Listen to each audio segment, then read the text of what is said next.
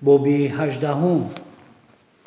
мо суроби ошиқро бо ҳама дарду ғам ба оҳу воҳаш дар қубодиён дар хонаи Муҳаммадзарифбой гузоштем, ки акнун хонаи Муҳаммадзарифбой нест.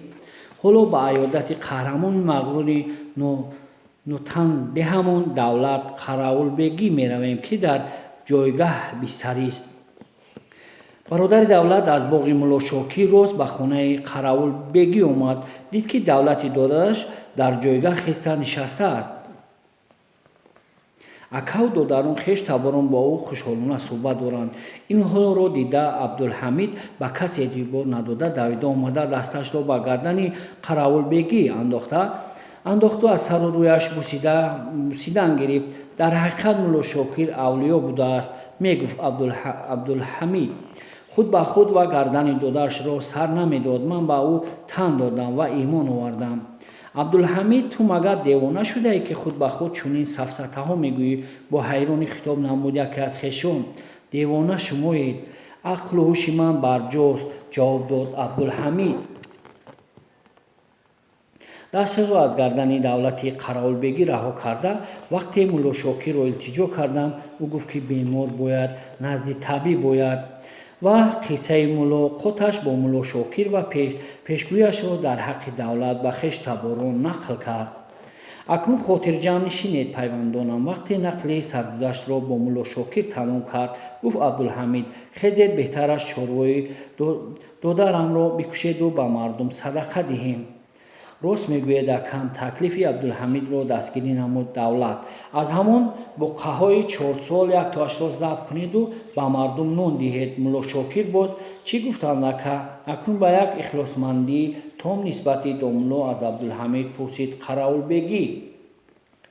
он кас гуфтанд, ки бо соҳибкароматӣ ва донишмандӣ Мулло Шокир Абдулҳамид низ қоил шуда буд.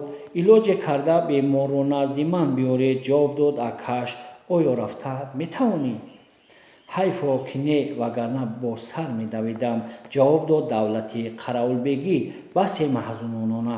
аммо ман ваъда додам, ки бо ҳар роҳ наздатон меорам.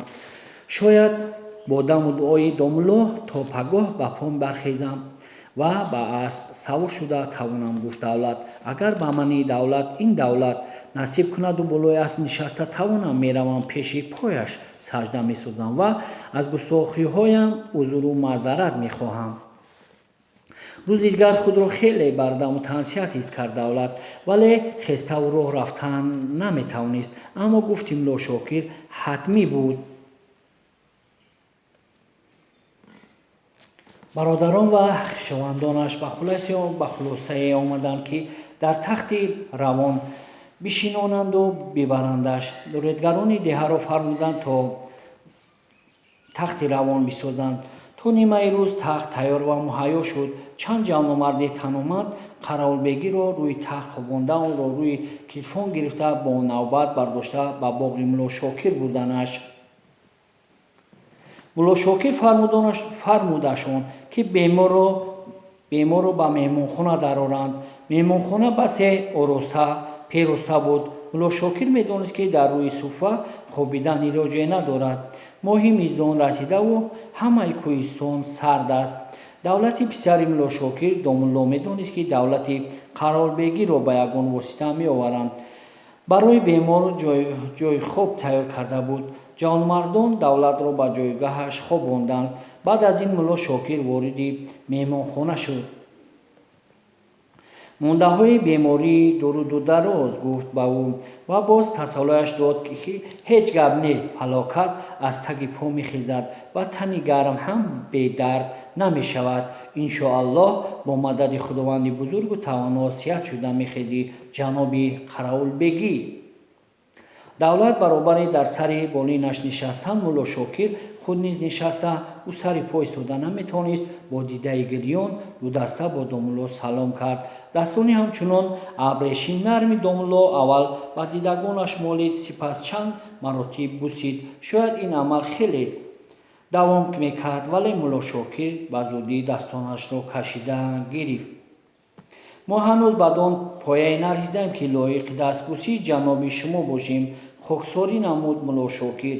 не домулои азиз, хитоб намуд Қаролбегӣ, дар ҳоле ки мегирист шумо ҳақ доред ки мани густохи пургуноҳ ҳар нохуни ангуштони шуморо дар алоҳидагӣ бибусам. Не давлатҷон, розӣ намешуд мулло Шокир. Ман ҳам мисли шумо як бандаи хокиам, на афлокӣ. Дар назди Худованд як бандаи оҷизу бечораам. Чорасоз худи офаридгор аст. ҳаргиз домуллои азиз, гириёлуд изҳор кард Қаролбегӣ, ин моем ки аз андак мансаб фахрида дар ҳар қадам кору рафтори бидъатона карда болои гуноҳонамон гуноҳи нав ба нав зам месозем. ба андешаи ман бандаи пургуноҳ шумо бандаи хоси Худовандед.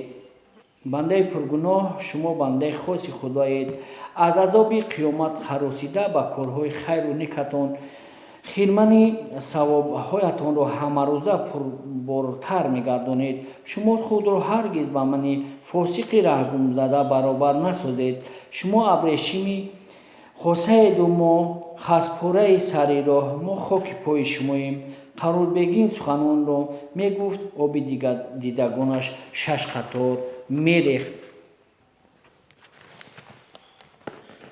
хайр бас аст. акнун гуфтамаш мулло Шокир, оби дида кардану навҳа кашидан хостем марди ҳақиқӣ нест. мард бояд хоҳ дар ғаму ғусса, хоҳ шодиву нишод яксон бошад. худо бой надиҳад. хислати мардиашро бояд дар ҳар ҳолат нигоҳ дорад. чуноне бузургон гуфтаанд, бар сари фарзанди инсон ҳар чӣ ояд бигзарад. бемории шумо ҳам гузарон аст, вале доимо некият бояд буд. агар аз роҳи раҳгумзадагӣ кас кори бидъате карда бошаду охираш пушаймонӣ орад, бояд аз даргоҳи Худованди мутаол фавран узри бахшиш пурсад. Худованд бахшанда аст, гуноҳашро меомӯзад.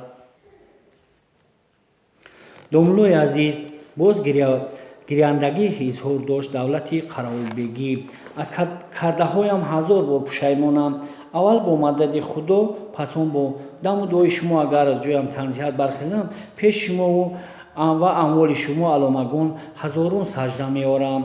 писарам, боз хато кардед, фаҳмондаш мулло Шокир. ман худ чӣ касам, ки пешам саҷдаву таъзим мекардаед? ман ҳам як бандаи пургуноҳи Худованди каримам. бандагони Худо ҳам бо ҳам баробаранд. он олимоне ки ҳама илму фанро медонанд, Худо дар дилу майнаашон, албатта бо заҳмати зиёд Худованд ба инсон меҳнатро фармуданд, андохтаанд. ин илме ки мо медонем илми Худованд аст, ки насибамон гардонда. бандагон бояд пеши Худованд саҷда оранд, пеши бандагон не. саҷдагоҳи ягона даргоҳи Худованди мутаол аст. Қаролбегӣ мехост ба домулло Шокир бо суоле диҳад, аммо ӯ монеа гашт. давлат гуфтугузори мо дар ҳамин ҷо хотима меояд, гуфт мулло Шокир. шумо беморед, мабодо канда нашавед. кӯҳистониён авҷ гирифтани беморро канда шуданд гӯянд. домулло ба Қаролбегӣ фармуд, ки пуштонакӣ бихобад. табу набзашро санҷидан мехоҳад. дасташро ба пешони давлат монд. домулло ба назараш мисли одами сиҳат намуд. пас он набзи беморро бисанҷид. набзашам ба монанди одами сиҳат аст. ҷаноби Қаролбегӣ хулоса баровард домулло Шокир. баъд дасташро рӯи синаи чапи давлат гузошта задани дилашро мушоҳида намуд. пас аз ҳамин ба давлату бародаронаш, хеш пайвандонаш, ки он ҷо ҳозир буданд, домулло рӯварда гуфт, ки ғам нахӯред. иншоалло беморатон дар 3-4 рӯз ба по мехизад. дард ҳам аз Худованд асту шифоҳаш ҳам. домулло аз як китоби калоне ки дар тоқча буд чизеро хонда, нақшаеро ба коғаз кашид. он нақшро ба пиёлаи об олуда ба давлат дод, то бинӯшад. ҳар фармудаи домуллоро Қаролбегӣ ба ҷо меовард. пас аз нӯшидани оби пиёла, домулло ба Қаролбегӣ фармуд, ки пои росташро қат кунад ва ба тарафи худ бикашад. 2 моҳ инҷониб пойҳои давлат ҳамон рост намешуданд. аммо азбаски Қаролбегӣ аз итоати мулло Шокир берун баромада наметавонист, ҳарчанд умеди боварӣ надошта бошад ҳам пои росташро ба сӯи худ кашид. пой бемалол қат шуд. Қаролбегӣ бо фармудаи домулло пои чапашро ҳам бо ҳамон минвол қат намуд.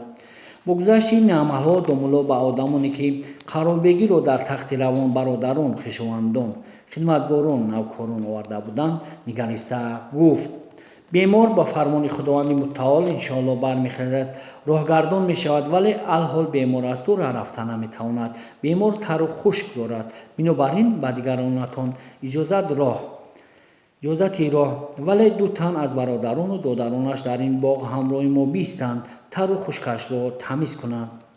Дигарон бирафтанд.